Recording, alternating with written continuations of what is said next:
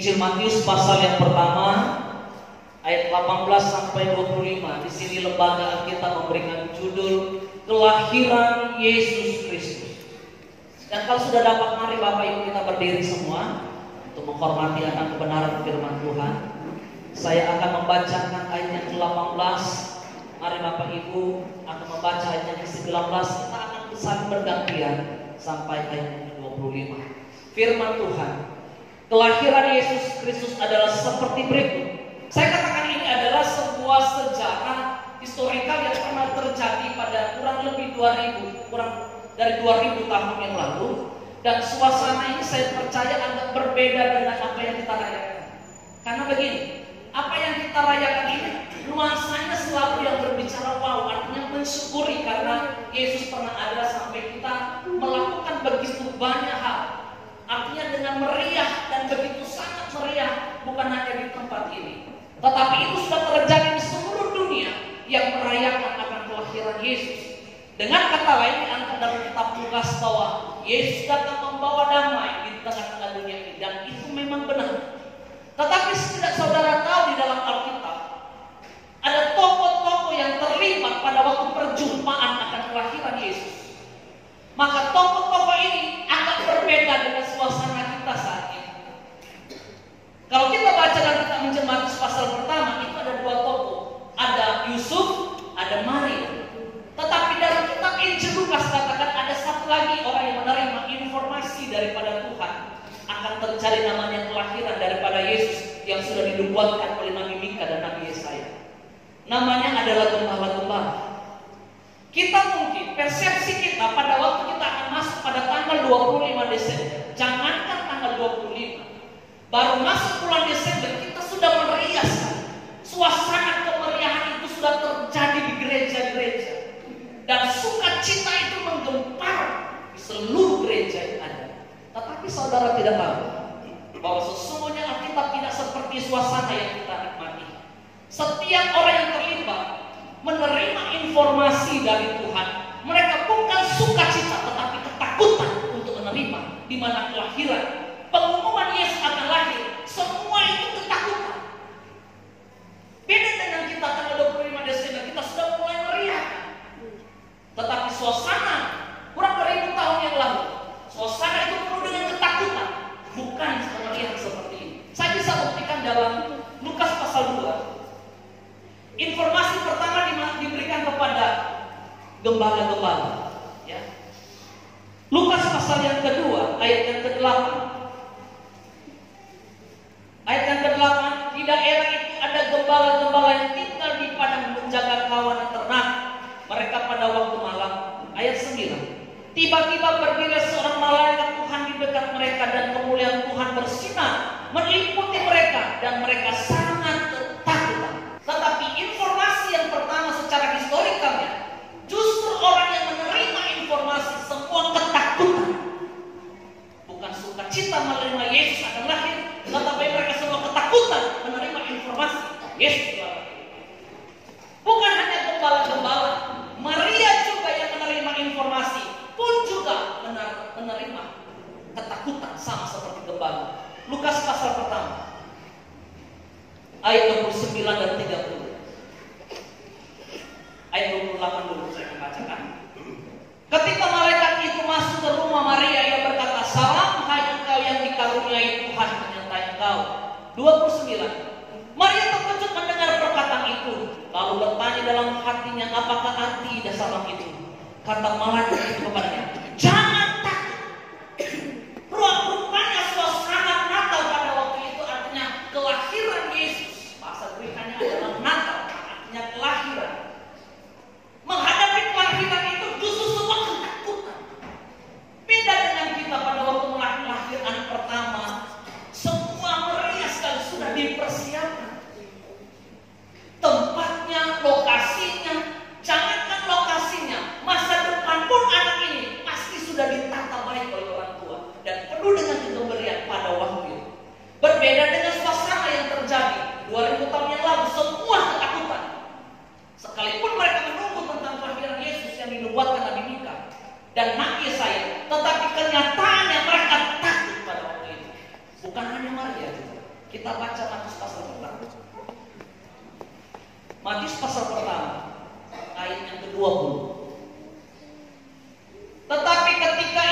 mempertimbangkan maksud itu, maksudnya ini adalah Yusuf, malaikat Tuhan nampak kepadanya dalam mimpi dan berkata, Yusuf anak Daud, janganlah engkau takut mengambil Maria. Lihat, ketiga tokoh ini adalah ketiga orang yang dikunjungi oleh malaikat surga, mendapatkan mandat ilahi dari surga untuk menerima informasi pemberitahuan kapan kira-kira Yesus akan lahir. Sebagaimana yang dinubuatkan yang mereka harus tunggu di Betlehem. Tetapi justru kebalikan, suasana itu terjadi pada waktu mereka terima informasi. Mereka ketakutan dan tidak ada yang bisa menerima kenyataan itu. Berbeda dengan kita. Perayaan Natal itu meriah sekali pada waktu kita mengikuti perayaan Natal. Sampai pun juga kalau kita melihat perayaan Natal ini, kita sudah jauh sebelumnya.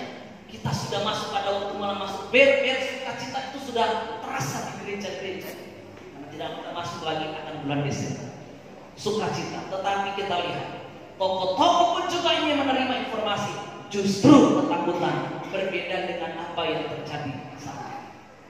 Nah, kalau itu kalau saya akan membahas ketiga tokoh yang ada di dalam Injil Matius pasal yang pertama ayat yang ke-18 sampai ayat yang ke-25. Di sini ada tiga tokoh utama yang diceritakan dalam Alkitab yang merupakan inti tombak daripada pembicaraan kita malam hari ini. Ayat 18. Kelahiran Yesus Kristus adalah seperti berikut. Pada waktu Maria ibunya bertunangan dengan Yusuf, ternyata ia mengandung dari Roh Kudus. Tokoh-tokoh yang saya akan bahas di sini adalah orang-orang yang terlibat langsung dalam perayaan atau yang menunggu kelahiran akan Yesus Kristus. Tokoh pertama diceritakan di sini adalah Yusuf. Yusuf pada waktu menerima informasi Alkitab jelaskan dia takut. Bahkan dalam ayat dikatakan di sini dia sebenarnya ingin menceraikan akan Maria. Ayat 19. Karena Yusuf suaminya seorang yang tulus hati dan tidak mau mencemarkan nama istrinya di muka umum, ia bermaksud menceraikannya dengan diam-diam. Rupanya Yusuf tidak bisa bertanggung jawab dalam keadaan situasi kenyataan yang dialami pada waktu itu. Tetapi saya tidak boleh mempersalahkan Yusuf, karena ini kita bermain secara psikologi. Pada suasana itu kan sementara dalam posisi pertunangan, ternyata waktu konsep pemikiran daripada Yusuf, rupanya Maria sudah menyeleweng akan perjanjian ketulusannya. Sehingga dia mendapat informasi kalau Maria itu sudah mengandung. Tetapi Yusuf ini dia tidak bisa menerima kenyataan. Begitu banyak juga kenyataan. Padahal sebenarnya yang dilahirkan sini adalah Yesus. Tetapi Yusuf tidak bisa menerima hal ini. Karena baginya dia kata Maria itu sudah melewati perjanjian ketulusan yang ada. Bagaimanapun juga saudara tahu, Yusuf ini ada dalam satu keluarga yang bisa dikategorikan seperti kerajaan yang ada di Inggris sana. Karena keturunan suku Yehuda adalah keturunan yang dinobatkan untuk menjadi seorang pemimpin. Mulai daripada Raja Daud, Salomo, Rehabeam, sampai 21 raja-raja, sampai masuk zaman Yesus yang ada. Nah, di sini kita lihat keluarga ini adalah keluarga yang terhormat, yang harus menjaga kewibawaan seperti Pangeran Charles. Anak-anaknya itu harus orang-orang berwibawa, karena mereka yang akan meneruskan kejayaan daripada kerajaan Inggris. Yusuf juga demikian. Jadi dalam memperingati perayaan Natal, Yusuf tidak sama dengan kita saat ini. Justru Yusuf pemberitahuan tentang kelahiran Yesus, maka Yusuf merupakan satu tantangan hidup. Harus kata Alkitab, harus menerima Maria apa adanya. Bagi Yusuf, hidup adalah sebuah ujian. Hidup adalah sebuah pergumulan. Dan saya tahu karakter atau pribadi tokoh ini terkadang ada di dalam era zaman sekarang ini. Bagi anak-anak Tuhan, bagi gereja, dalam memperingati akan perayaan Natal, kita mungkin hampir sama kenyataannya seperti Yusuf. Mungkin sudah tidak secara historikal 2000 tahun yang lalu, bukan. Tetapi mungkin reaksi maupun juga keadaan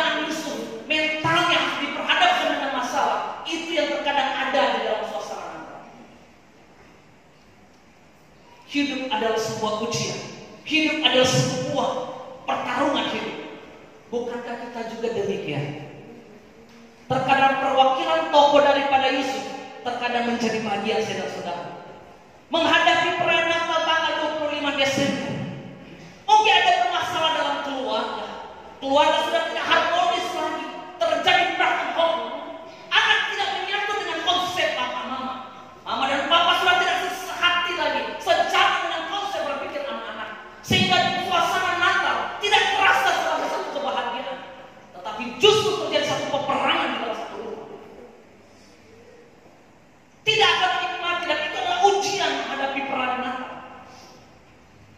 Di sisi lain mungkin gereja lain atau pribadi yang lain sementara sibuk mengabur dekorasi, baik gordennya, baik juga potrannya.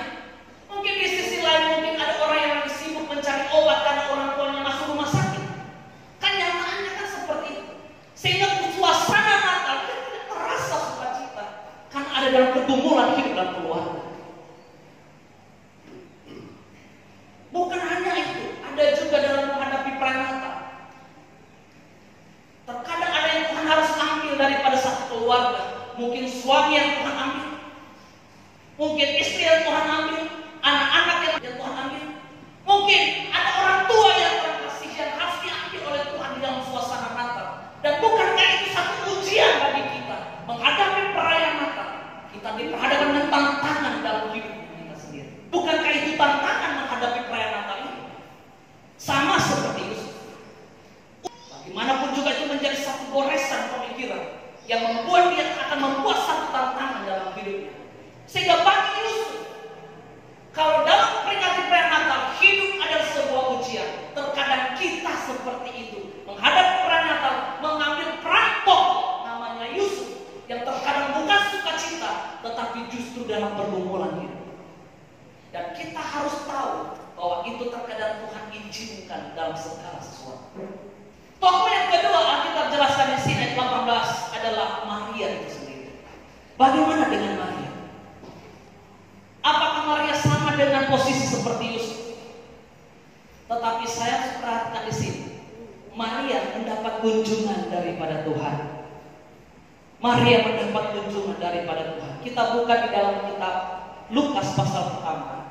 Ayat 27. Kepada seorang perawan yang bertunangan dengan seorang bernama Yusuf dari keluarga Daud. Nama perawan itu Maria. Ketika malaikat itu masuk ke rumah Maria, ia berkata, "Salam hai engkau yang dikaruniai Tuhan. Tuhan menyertai engkau." Maria terkejut mendengar perkataan itu, lalu bertanya dalam hatinya, "Apakah arti salam itu?" Kata Maria itu kepadanya, "Jangan takut hai Maria, sebab engkau beroleh kasih karunia di hadapan Allah." Tokoh yang kedua ini adalah Maria. Maria tidak sama persis dengan suasana Yusuf pada waktu itu.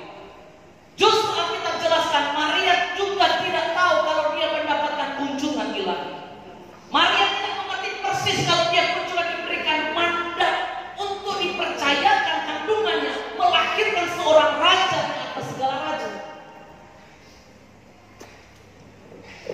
Dan menjadi pertanyaan sekarang adalah, apa sih yang membuat Tuhan tertarik pada Maria?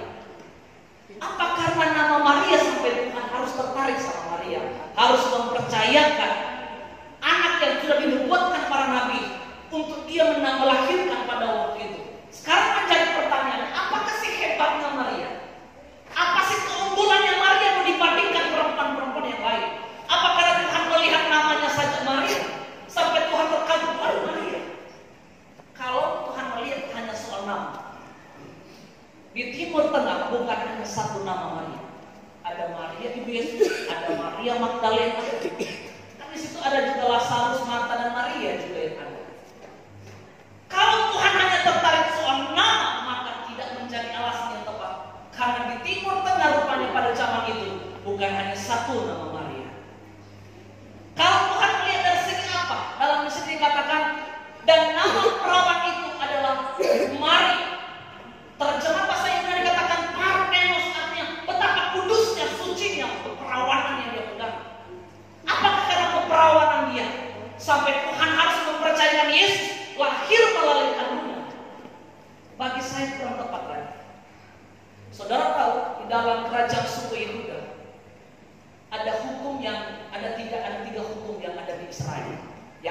tahu supaya kita tidak jangan sampai salah kaprah. Hukum yang pertama itu yang disebut dengan dekalog atau dasar kita. Itu dia namanya ada 10 hukum atau perintah hukum, asyariat hadekarim. Itu perintah 10 hukum ini tidak bisa dilanggar. Itu yang disebut dengan hukum moral. Satu. Hukum yang kedua yang ada di Israel yang disebut namanya adalah Hukim. Hukim ini adalah salah satu hukum seremonial. Contohnya seperti ini. Pada waktu perempuan mendapatkan haid, maka dia tidak boleh masuk dalam bait Allah. Setiap korban-korban harus diperhitungkan dalam segi korban oleh binatang. Contoh, kalau ekonomi kelas menengah, persembahan mereka harus berburu merpati. Kelas ekonomi menengah, persembahannya harus domba. Kelas ekonomi ke tingkat 3 harus ada yang namanya lembu. Itu kelas ekonomi yang ada. Sehingga peraturan ini sudah dibuat pada zaman itu. Baik hari-hari yang ada sudah ditentukan. Namanya adalah hukum. Itu yang disebut dengan hukum seremonial. Ada yang ketiga namanya hukum misipati. Misipati ini adalah hukum sipil. Apabila bangsa di luar Israel bergabung, maka ada hukum yang harus menentukan. Pelanggaran hak atau pelanggaran hukum, maka secara kemasyarakatan itu ada hukum tersendiri, namanya adalah hukum. Nah, bagaimana dengan Filipi 2 ayat 15? Filipi 2 ayat 15 katakan begini, dengan matinya Yesus di atas kayu salib, maka dia membatalkan hukum itu. Hukum yang mana yang kita harus lihat? Bukan hukum yang pertama yang disebut dengan dekalog tadi. Karena hukum dekalog itu Yesus hanya menyempurnakan dalam Matius 22. Guru, hukum manakah yang paling utama di dalam hukum Taurat? Maka Yesus katakan, kasihilah Tuhan Allahmu dengan segenap hati, segenap jiwa. Hukum itu adalah hukum pertama sampai 4. Itu berbicara tentang urusan manusia dengan Allah. Jangan ada padamu Allah lain di hadapanku, jangan menyebut nama Tuhan dengan sembarangan, ingat dan kuduskanlah hari Sabat. Itu 1 sampai 4 itu adalah hubungan antara manusia dengan Allah. Itu namanya hukum vertikal. Hukum yang kedua yang dikatakan yang sama, hampir sama dengan hukum yang pertama, itu yang disebut dengan hukum horizontal. Kasihilah sesama manusia. Mulai daripada hukum ke-6 sampai 10. Jangan mencuri, jangan membunuh, jangan berzina, jangan mengingini milik orang lain. Itu Tuhan gabungkan menjadi 2. Hukum antara manusia dengan Allah, dan hukum yang kedua adalah manusia dengan manusia. Dan itu Tuhan sudah bulatkan menjadi 1. Mengasihi Allah dan mengasihi manusia. Itu tidak akan pernah dihapuskan. Kalau Tuhan sampai pun juga batalkan, berarti Yesus datang ke dunia ini berarti dia menundukkan atau dia memperanakan tentang masalah hukum orang. Tapi yang Yesus kenapa dalam hukum yang ada adalah hukum tadi. Pada waktu orang mempersembahkan korban harus melalui binatang, maka Yesus berkata, dialah korban anak domba Allah itu. Dalam Yohanes pasal pertama 29, lihat anak domba Allah yang akan menghapus seluruh isi dunia ini. Maka Yesus menjadi sebuah korban domba, anak domba Allah untuk menghapus setiap dosa-dosa daripada umat Israel. Pada waktu orang berbicara tentang masalah hari Sabat, maka Yesus berkata, aku Tuhan atas setiap hari Sabat. Kalau engkau hanya menguduskan 1 hari dalam 1 minggu, maka Yesus berkata, aku Tuhan atas hari Sabat. Engkau harus menguduskan, bukan hanya 1 minggu 1 kali, tetapi setiap hari engkau harus menguduskan. Yesus menyempurnakan. Dalam kitab Ibrani dikatakan, karena apa yang tertulis dalam kitab bukan hanya bayangan, sedangkan wujudnya adalah pelayanan Yesus. Yang disempurnakan oleh Tuhan, yang dibatalkan oleh Tuhan, itu adalah persembahan yang hukum tadi. Tapi kalau disifati tetap berjalan, karena itu hukum syariat, hukum moral, hukum dan sipil yang dikerjakan. Nah, Maria termasuk golongan orang yang hidup di dalam hadapan Tuhan. Otomatis kalau tentang hukum dekalog tadi, dasar kita tadi, itu sudah ciri khas kerajaan suku Yehuda. Perempuan tidak boleh mencemarkan nama atau melakukan tidak kudus. Kalau tidak, mereka akan dilempar dengan batu. Dihukum mati pada waktu itu secara hukum. Jadi tidak ada dasar alasan kalau Tuhan berkata begini, kita pilih Maria karena dia perawan kudus suci. Nah, pada dasarnya perempuan di kerajaan suku Yehuda merencanakan kekudusan pada waktu itu. Pertanyaan sekarang begini, loh kenapa Maria dipercayakan? Apa sih siapa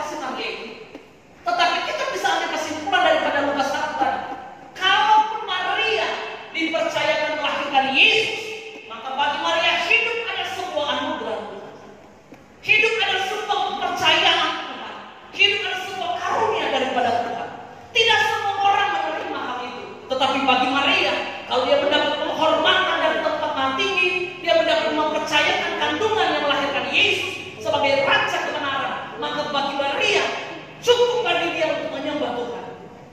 Dan bagi Maria ini adalah sebuah hidup, sebuah anugerah yang tidak pernah dia lepaskan, dan dia harus nikmati. Dan kita percaya kita semua juga mewakilkan Jiwa Maria. Tidak selamanya harus mewakilkan Yesus. Terkadang harus mewakili Maria. Bagaimana dengan tokoh Maria diaplikasikan dengan kehidupan saudara? Karena kita kan tidak mungkin melahirkan, tetapi suasana kepercayaan Tuhan yang dinikmati oleh Maria, kita bisa nikmati juga saat ini. Artinya kita hidup karena kemurahan Tuhan. Kalau kita memperingati perayaan tanggal 25 Desember, jangan ambil kekayaan, engkau dipercayakan kesehatan oleh Tuhan. Itu anugerah Tuhan. Kalau engkau tidak percaya anugerah Tuhan, mari kita pergi ke rumah sakit. Berapa banyak orang yang sementara minta pertolongan untuk bernafas harus pakai infus, prenatal pakai infus. Tetapi kalau kita berikan kesehatan oleh Tuhan, bukankah itu anugerah Tuhan untuk memperingati perayaan Natal ini? Kita justru orang yang sudah lebih bersyukur daripada orang lain. Apalagi Tuhan percayakan sesuatu berkat daripada Tuhan. Dekat-dekat Natal ada orang paling kerja, puji Tuhan. Mungkin bagi pegawai negeri, puji Tuhan, ada gaji khusus, tambah tukik, THR lagi. Luar biasa. Bukankah itu anugerah Tuhan kalau Tuhan percaya memperingati perayaan Natal, engkau menikmati semua itu bersama keluarga? Bukankah itu anugerah Tuhan seperti Maria? Jadilah kepadaku apa yang kau pandang baik dalam hidup. Kita bukan hanya sekedar menerima 9 karunia Allah, tetapi engkau menikmati berkat Tuhan juga, itu karunia Tuhan yang engkau perlu nikmati dalam hidup. Cuma terkadang kita hari-hari kita dikonsepkan pemikiran kita dan sudah ditaburkan konsep berpikir seolah-olah begini: lebih baik kita miskin di bumi, yang penting kita kaya di surga. Dasar alasannya mana? Lukas katakan bahwa Lazarus yang miskin itu masuk surga, sedangkan orang kaya itu masuk ke dalam neraka. Permasalahannya miskin dan kaya tidak ada hubungannya dengan surga dan neraka. Orang Lazarus ini masuk surga bukan karena kemiskinan, tetapi ketabahannya menghadapi ujian masalah. Kelapangan hatinya menerima keadaan yang ada. Dia tetap setia, tidak menyangkal Tuhan sampai Tuhan harus menjemputnya. Innalillahi wa inna ilaihi raji'un. Tuh dia tetap standby. Anda berubah imannya cuma oleh karena ujian. Itu yang membuat Lazarus masuk surga, bukan karena kemiskinan. Orang kaya masuk neraka bukan karena kekayaannya. Yusuf orang kaya masuk surga juga. Daud pemimpin negara, Daniel juga pemimpin negara juga. Apa hubungannya dengan kekayaan dengan surga? Yang menjadi permasalahan orang kaya ini masuk neraka karena keserakahan hidupnya, mempergunakan kekayaan yang ada. Makanya tugas daripada Paulus kepada Timotius, hai Timotius, tegurlah, nasihatlah kepada orang-orang kaya di bumi ini, supaya mereka kaya dalam pertumbuhan, kaya dalam memberi, tidak kikir. Karena Wahyu 21:8, orang kikir tidak mendapat bagian dalam kerajaan Allah. Itu tujuan. Kalau kita diberi kekayaan itu berkat Tuhan. Cuma permasalahannya terkadang kita tidak tahu mempergunakan berkat Tuhan. Kita mempergunakan sesuai kemampuan, sesuai dengan keinginan kita, bukan kebutuhan kita. Sampai juga Paulus katakan dalam 1 Timotius 6:8, asal ada makanan dan pakaian. Tapi orang yang ingin menjadi kaya, Alkitab katakan, dia akan dibawa oleh nafsunya, sehingga dia mulai menyimpang daripada iman. Selanjutnya kita katakan, sebab akar daripada segala kejahatan karena terlalu cinta akan uang. Maka Yesus katakan, di mana kekayaanmu, di situ juga hatimu berada. Karena apa? Karena kekayaan. Jadi kembali ke Lazarus dan orang kaya tadi. Jadi bukan karena masalah miskin kaya, ini ada hubungannya dengan surga dan neraka, enggak. Tetapi masalah pribadi kita dengan Tuhan yang bermasalah. Tapi kalau engkau masuk Khotbah 5:18, engkau diberikan berkat oleh Tuhan, engkau diberikan karunia oleh Tuhan menikmati. Karena ada juga orang diberikan berkat tapi tidak menikmati. Tapi kalau engkau masih menikmati, berarti engkau mewakilkan Maria saat ini. Kalau menyambut perayaan Natal, engkau dipercayakan oleh Tuhan kesehatan, engkau dipercayakan oleh Tuhan suka sukacita menghadapi Prenata. Mungkin ada anak yang mungkin kuliah di luar negeri atau di luar daerah. Prenata dia akan pulang kampung bersama dengan keluarga, masih sehat-sehat, masih rukun-rukun. Bukankah itu satu anugerah Tuhan? Mungkin engkau baru memperingati Prenata ini, Tuhan tambah lagi setahun lagi, usia ulang tahun lagi. Bisa Tuhan kasih izinkan untuk menikmati setahun lagi, menikmati bersama keluarga. Bukankah itu juga anugerah Tuhan? Makanya bagi Maria, bukan urusannya siapa dia, tetapi bagi Maria, kalau dia diberikan kepercayaan, mandat ilahi, penghormatan dari surga untuk meminjam kandungan yang melahirkan Yesus, bagi Maria hidup ada sebuah anugerah Tuhan. Tidak bisa disangkal. Kita juga semua banyak menikmati anugerah Tuhan. Tinggal kita mau ajar, mau belajar mensyukuri atau tidak. Tapi selama kita membandingkan kita dengan orang lain, maka engkau bukanlah orang yang selalu bersyukur. Engkau pasti tidak akan menikmati berkat Tuhan. Tapi kalau engkau tahu mengucap syukur, engkau harus tahu bahwa engkau hidupkan anugerah Tuhan. Tapi kalau engkau belajar bersyukur seperti Maria, jadilah kepadaku Tuhan apa yang engkau mau engkau buat dalam hidup. Maka engkau adalah orang yang sangat bersyukur di hadapan Tuhan. Ada tokoh yang ketiga juga. Di dalam kitab Injil Matius, Alkitab berkata begini, ayatnya yang ke-21. Ia akan melahirkan anak laki-laki dan engkau akan menamakan dia Yesus, karena dialah yang akan menyelamatkan umatnya dari dosa mereka. Yesus datang menyelamatkan umat. Siapa umat Tuhan di sini? Maksudnya dalam konteks pembacaan itu umat Tuhan itu siapa? Israel, bukan saudara-saudara. Amós pasal 3, hanya satu bangsa yang aku kenal di muka bumi, namanya kerajaan suku Israel. Hanya satu bangsa yang aku kenal, karena itu aku akan menghukum kamu karena kesalahan kamu. Secara etimologi, kata umat di sini bukan saya dan saudara. Saya dan saudara belum ada pada waktu itu. Matius pasal 16, Petrus di atas batu karang ini, aku akan mendirikan jemaat, akan berarti belum. Aku akan mendirikan jemaat di mana Allah tidak bisa menguasainya selama kepemimpinan yang ada bersama Yesus. Kita belum ada pada zaman itu. Yang disebut umat Tuhan waktu itu adalah kerajaan suku Yehuda atau bangsa Israel, bukan saya dan saudara. Kapan kita lahir? Kelahiran gereja sama dengan Adam yang pertama. Kan Yesus Adam kedua. Adam pertama begini. Adam pertama yaitu yang kita kenal dalam Kejadian pasal pertama, Kejadian pasal 2. Pada waktu Tuhan menjadikan perempuan wanita, maka dia harus membuat Adam pertama ini harus tidur lebih dahulu. Setelah dia tidur, maka Tuhan akan proses lambungnya, mengambil rusuk dan membuat akan tulang rusuk, dan terjadilah satu metamorfosa, terjadi kehidupan, sehingga terjadi wanita, terjadilah perempuan. Sehingga pada waktu dia hidup dia katakan, inilah tulang dari tulangku dan daging dari dagingku. Pada waktu apa? Pada waktu Adam tertidur. Maka kelahiran daripada jadilah kan wanita ini. Maka diambil dari rusuk. Kapan kelahiran gereja? Harus dimulai dari Adam yang kedua. Dalam 1 Korintus pasal 15, Adam yang kedua adalah roh yang hidup. Itu adalah Yesus. Pada waktu Yesus tertidur, kan mati itu kan bahasa Yesus kan tertidur. Lazarus kan dia bilang, dia cuma tidur. Jadi kematian Yesus pada waktu Allah membuat Yesus tertidur, maka Tuhan harus proses dari lambungnya keluar dua unsur daripada tubuh manusia, darah dan air. Pada waktu iman daripada romawi menusuk, maka keluar lambung, dan lambung adalah air dan darah. Pada waktu kelahiran gereja, mulai saat itu beritakanlah Injil ke seluruh dunia. Siapa yang percaya, maka dia akan diselamatkan.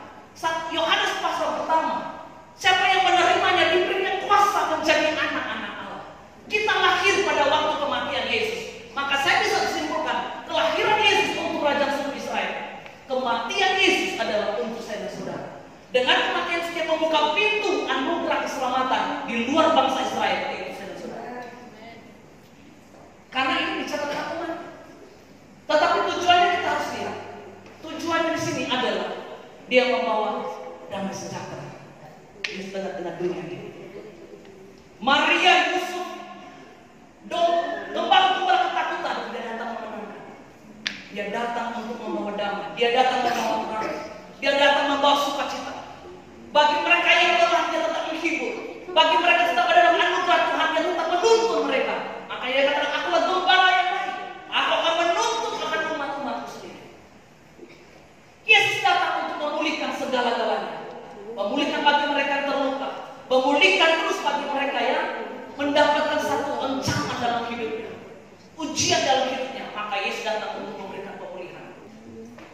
Pada waktu Yohanes Pembaptis mendengar apa yang dilakukan oleh Yesus di luar sana, maka dia memanggil kedua muridnya. Dia katakan begini, tolong ditanya sama Yesus, engkaukah yang akan datang itu, atau kami harus menunggu yang lain? Dan mereka sampai pada Yesus dan berkata begini, kami disuruh Yohanes Pembaptis. Engkaukah yang akan datang, atau kami harus menunggu yang lain? Tetapi Yesus berkata, katakan pada Yohanes, engkau sudah melihat, orang buta bisa melihat, orang tuli bisa mendengar, orang lumpuh bisa berjalan, orang mati bisa dibangkitkan. Dia katakan pada Yohanes, berbahagia mereka yang tidak kecewa dan menolak akan aku. Yesus datang memulihkan segala-galanya. Cuma terkadang kita tidak connect saja dengan Tuhan. Kita saja tidak pas sejalan, serelevan dengan Tuhan. Nah, kita tahu memang dia datang untuk memulihkan segala-galanya. Maka itulah tugasnya Yesus selalu. Dia harus membuat konsep berpikir kita soal kebenaran itu harus tertancap air. Tetapi pernah kita baca dalam Alkitab apa sih tujuan Yesus datang? Dan dia ngomong sendiri. Yohanes 18 ayat 37. Yohanes 18 ayat 37. Maka kata Pilatus kepadanya, jadi engkau adalah raja? Jawab Yesus, engkau mengatakan bahwa aku adalah raja. Dengan kata-kata, untuk itulah aku lahir, dan untuk itulah aku datang ke dalam dunia ini, supaya aku memberi kesaksian tentang kebenaran. Setiap orang yang berasal dari kebenaran mendengarkan suaraku. Kata Pilatus kepadanya, apakah kebenaran itu? Ini kita hanya langsung daripada Yesus. Apa sih tujuan Yesus datang ke dunia? Dia katakan, aku datang ke dunia ini membawa kebenaran yang sesungguhnya. Yesus bilang sendiri, katakan sendiri, inilah tujuannya aku lahir. Inilah tujuan aku datang ke dalam dunia ini, membawa kebenaran, supaya kita mengerti kebenaran. Karena Yohanes 8 ayat 31, engkau akan mengerti kebenaran, dan kebenaran itu akan memerdekakan engkau. Karena Yesus datang sebagai terang, Yesus datang sebagai kebenaran. Karena terang hanya berbuahkan kebenaran, karena kita bilang dalam Yohanes, sebab terang hanya berbuahkan kebenaran. Berarti kebenaran itu Yesus datang sebagai terang di dalam tengah-tengah dunia ini. Yohanes 9 ayat 5 katakan, selama aku dalam dunia ini, akulah terang dunia. Dan engkau tidak akan takut pada batu, sebab engkau adalah terangnya daripada Tuhan sendiri. Tetapi Yohanes 3 ayat 19, dan inilah hukum itu, terkadang terang sudah ada dalam dunia, tetapi manusia lebih memilih kegelapan daripada terang. Dan kalau itu manusia lebih memilih akan kegelapan daripada terang, itu kembali pada prerogatif manusia itu sendiri. Mau ikut Tuhan atau tidak, ikut kegelapan atau tidak, mengikut terang atau tidak, itu diberikan kesempatan bagi kita untuk memilih. Tapi tujuan Tuhan supaya kalau boleh semua bisa diselamatkan. Tetapi kembalinya pada manusia. Dalam Yohanes pasal pertama katakan, dia datang kepada umat kepunyaannya, tapi umat kepunyaannya menolak akan dia. Makanya pintu anugerah terbuka bagi saudara-saudara. Nah, bagi pesan Natal bagi saat ini adalah, mari kita menggunakan momen yang ada. Saya sudah sampaikan tentang tokoh-tokoh. Saya tidak akan uraikan ini, tetapi saya hanya membahas tentang tokoh-tokoh yang terlibat dalam perayaan Natal. Maka kita belajar, kita menerima seperti Yusuf. Mari kita nikmati saja, jalani saja. Karena tidak selamanya kehidupan kita akan masuk dalam ujian. Karena ada masa-masanya juga Maria yang akan menghibur kita. Maria datang menjenguk kita dengan posisi memberikan anugerah. Karena itu ayat terakhir, Pengkhotbah pasal 7, ayatnya yang ke-13 dan 14. Nah, ayat yang ke-13, perhatikanlah pekerjaan Allah. Siapakah dapat meluruskan apa yang telah dibengkokkannya? Kalau hari ini engkau diberikan ujian oleh Tuhan, nikmati pembagian daripada Yusuf, nikmati waktu seperti Yusuf. Ya, kita katakan, perhatikan pekerjaan Allah. Berarti itu juga adalah kehendak Tuhan dalam hidup kita. Dapatkah manusia meluruskan apa yang sudah dibengkokkan oleh Tuhan? Kalau engkau memang menikmati kemujuran atau anugerah Tuhan, nikmati. Tapi kalau juga menikmati seperti Yusuf, yang nikmati. Karena itu adalah pekerjaan Tuhan. Ayat 14 berkata begini, pada hari mujur gembiralah, tetapi pada hari malam ingatlah bahwa hari malam ini pun dijadikan Allah seperti hari mujur. Yesus ada dalam kehidupan saudara. Karena itu pengkhotbah katakan pada hari mujur bergembira. Nikmati saja kalau berpercaya Maria. Tapi pada hari malam seperti Yusuf, ingatlah terkadang segala sesuatu itu dibocorkan oleh Tuhan. Karena ini adalah pekerjaan Tuhan. Tuhan Yesus memberkati kita semua. Mari Bapak Ibu kita berdiri.